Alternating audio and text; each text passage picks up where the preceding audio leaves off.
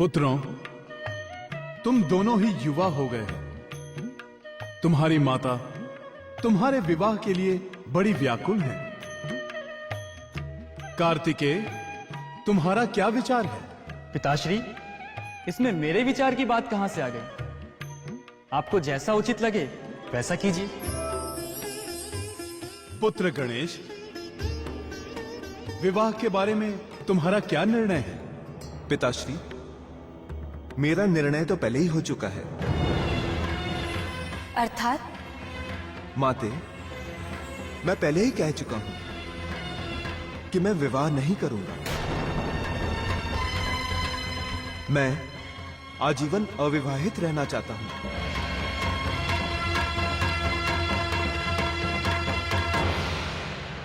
पुत्र, ऐसा कैसे हो सकता है? हर माता पिता अपनी संतान का घर बसा हुआ देखना चाहते हैं।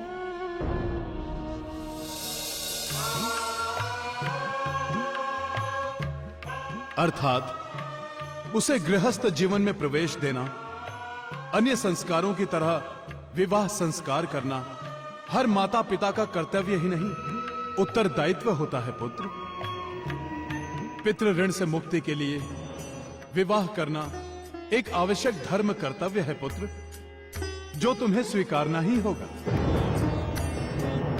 पुत्र, संतान के विवाह संबंध में हर माता पिता का एक सुरक्षित अधिकार होता है। फिर भी हम तुम्हारी स्वीकृति लेना आवश्यक समझते हैं। वत्स, विवाह के लिए हां करके हमारे मन का बोझ हल्का कर दो। बात अविवाहित रहने की नहीं है।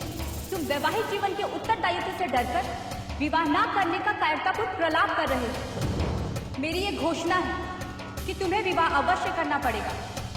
और स्मरण रहे, मेरा ये वचन कभी मिथ्या नहीं होगा।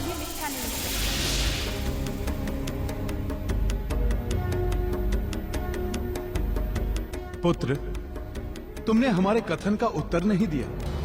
पिताश्री, माताश्री, यद्यपि मेरा निर्णय अविवाहित रहने का है, किंतु आपकी भावना का अनादर मैं नहीं कर सकता। शास्त्रकारों का मत है कि माता पिता से बड़ा हितैषी संसार में और कोई नहीं है। आपके आदेश के समक्ष मेरा निर्णय कोई मूल्य नहीं रखता। जैसा आप उपयुक्त समझें वैसा करें। पुत्रों, तुम दोनों ने हमारी इच्छा का सम्मान करते हुए विवाह के लिए सहमति दी, इससे हम अति प्रसन्न हैं। हम दोनों शीघ्र ही तुम्हारे लिए सुंदर, सुशील और कुलीन वधुओं की खोज करेंगे।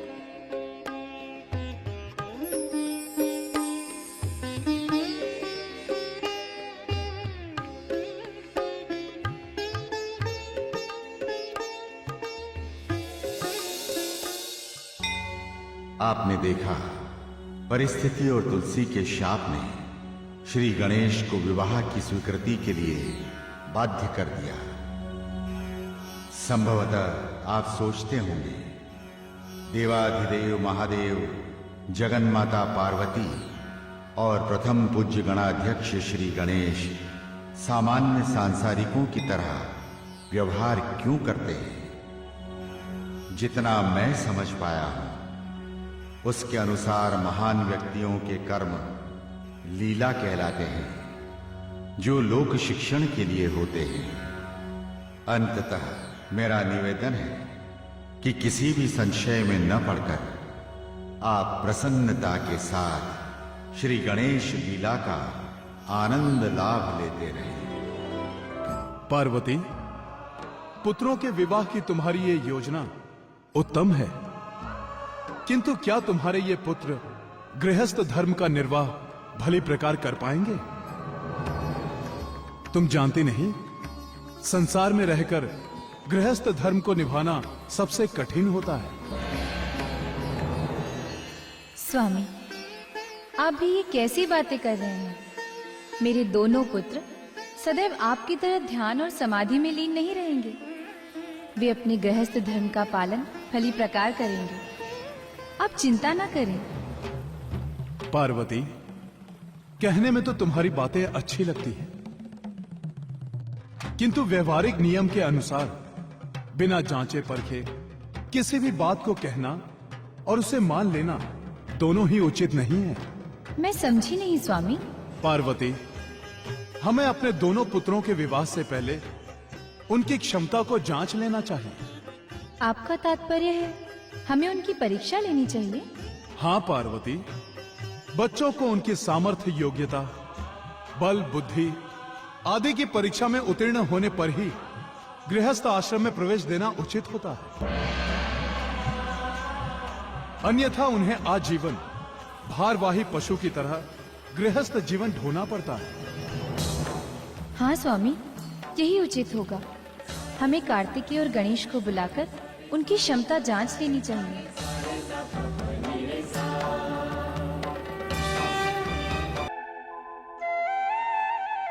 प्रणाम पिताश्री।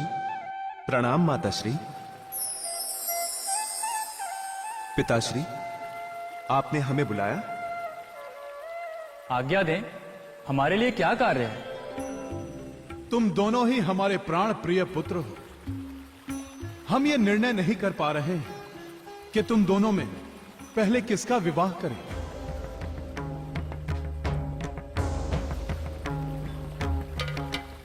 पिताश्री, इसमें सोच विचार की कोई आवश्यकता नहीं। आप जिसका चाहें पहले उसका विवाह कर लें। नहीं पुत्र, ये न्याय संगत नहीं होगा। विवाह के लिए तुम दोनों भाइयों में कौन प्रथम और कौन द्वितीय रहे, यह विभाजन करना हमारे लिए संभव नहीं है। तो आप ही निर्णय करें। इस विषय में हम दोनों भाई क्या कर सकते हैं? पुत्रों, हमारा ये विचार है कि ये निर्णय तुम दोनों भाइयों की योग्यता और क्षमता को ध्यान में रखकर लिया जाए तो उचित होगा। वो कैसे पिताश्री? पुत्रों, तुम दोनों के लिए हम एक प्रतियोगिता रखते हैं। जो उसमें विजयी होगा उसका विवाह पहले कर दिया जाएगा। पिताश्री, हम दोनों भाइयों के बीच आप कौन सी प्रतियोगिता रखेंगे? पुत्रों, तुम दोनों को पृथ्वी की परिक्रमा पूर्ण करनी होगी। जो अपनी परिक्रमा पहले पूर्ण करेगा उसका विवाह पहले कर दिया जाएगा।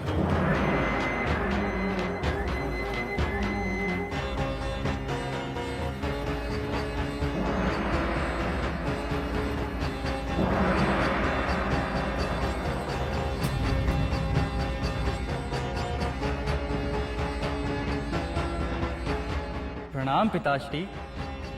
प्रणाम माताश्री।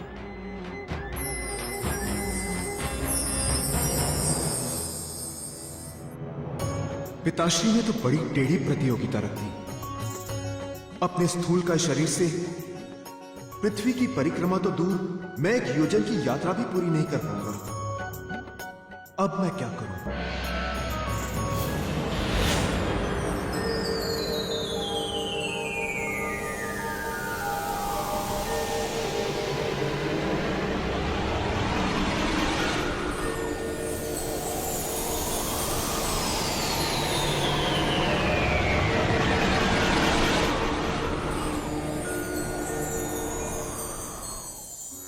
मैं सत्य हूं, हर वस्तु स्थिति का मूल आधार।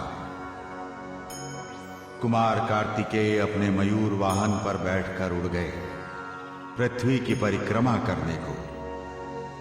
हमारे कथानायक श्री गणेश अभी सोच में ही डूबे हुए हैं और ये भी निश्चित है वे अपनी स्थूल काया से पृथ्वी की परिक्रमा तो दूर, छोटे से जनपद को नहीं नाप सकते। चलकर देखते हैं श्री गणेश अब क्या करते हैं।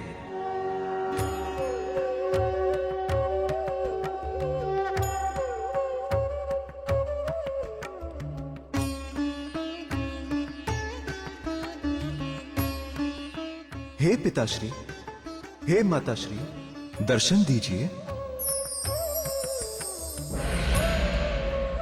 प्रणाम पिताश्री। प्रणाम माताश्री। शुभम भवतु मंगलम। पुत्र, तुम्हारा मंगल हो। पुत्र, तुमने हमारा स्मरण किया। प्रतियोगिता के अनुसार तुम्हें तो पृथ्वी परिक्रमा के लिए गतिशील होना चाहिए था पुत्र। सोचा पहले आप दोनों की पूजा वंदना कर लूं। पृथ्वी की परिक्रमा तो बाद में भी हो जाएगी। ये तुम क्या कह रहे हो पुत्र? पिताश्री, पहले आप दोनों आसन तो ग्रहण कीजिए।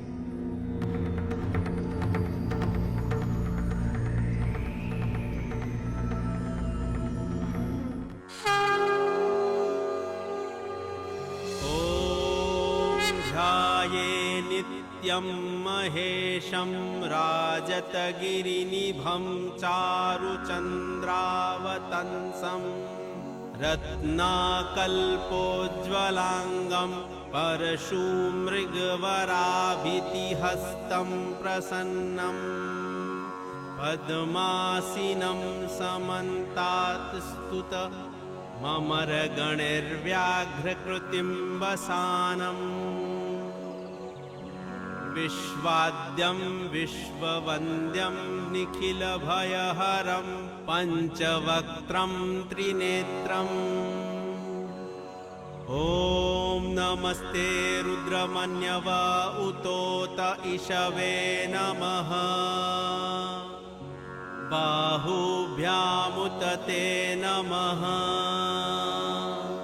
त्रिपुरानाकरं देवं चूडाचन्द्रमहाद्युतिं गजचर्मपरिधानं शिवमावाहयाम्यहम्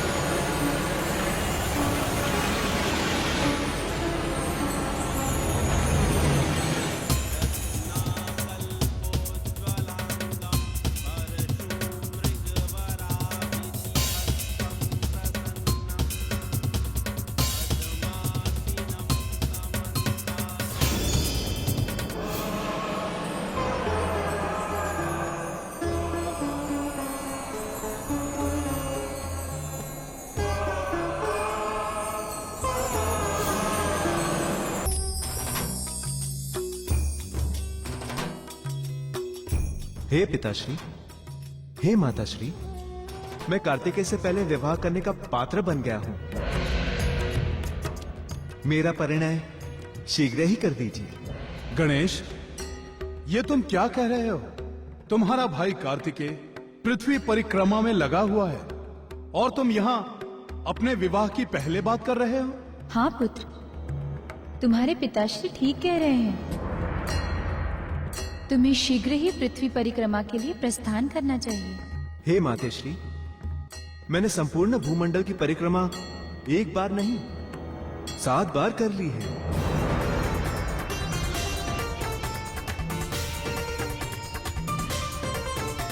वत्स, ये तुम क्या कह रहे हो? तुम तो कैलाश में ही हो। तुमने पृथ्वी परिक्रमा और वो भी 7 बार कब पूरी कर ली? हे पिताश्री, मैंने आपकी और माताश्री की विधिवत पूजा करके 7 परिक्रमाएं कर ली। इसी के साथ मेरी भूमंडल की 7 परिक्रमाएं पूरी हो गई। पुत्र गणेश, तुम ऐसा कैसे कह सकते हो? माते, शास्त्र आज्ञा है कि जो पुत्र विधिवत अपने माता पिता की पूजा करके उनकी प्रदक्षिणा कर ले, उसे भूमंडल की प्रदक्षिणा करने का पुण्य प्राप्त हो जाता है। इसके विपरीत जो पुत्र अपने माता पिता को छोड़कर तीर्थ यात्रा पे जाता है, उसे अपने माता पिता की हत्या के पाप का भागी माना जाएगा। ऐसा शास्त्र वचन है। पुत्र के लिए तो अपने माता पिता के चरण ही पावन तीर्थ है। उनके चरणों में रहना ही नित्य तीर्थ सेवन के बराबर है। मैंने जो कुछ भी निवेदन किया है वो वेद शास्त्र की मर्यादा के अनुसार है। यदि इसमें से कोई बात आपको असत्य लगी हो तो आप इसका निराकरण कीजिए। मैंने जो कुछ भी कहा और किया है, यदि वो शास्त्र परंपरा के अनुसार सत्य है तो आप दोनों मुझे अपना पावन आशीर्वाद देकर मुझ पर कृपा करें।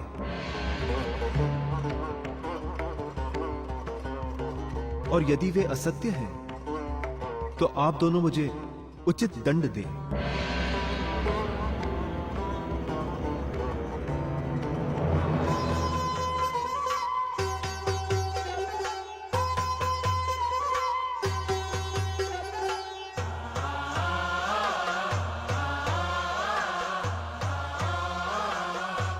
वत्स गणेश, तुमने अपनी शुद्ध भावना और निर्मल बुद्धि से जो शास्त्र सम्मत बातें कही हैं, उन्हें नकारना किसी के लिए भी संभव नहीं है।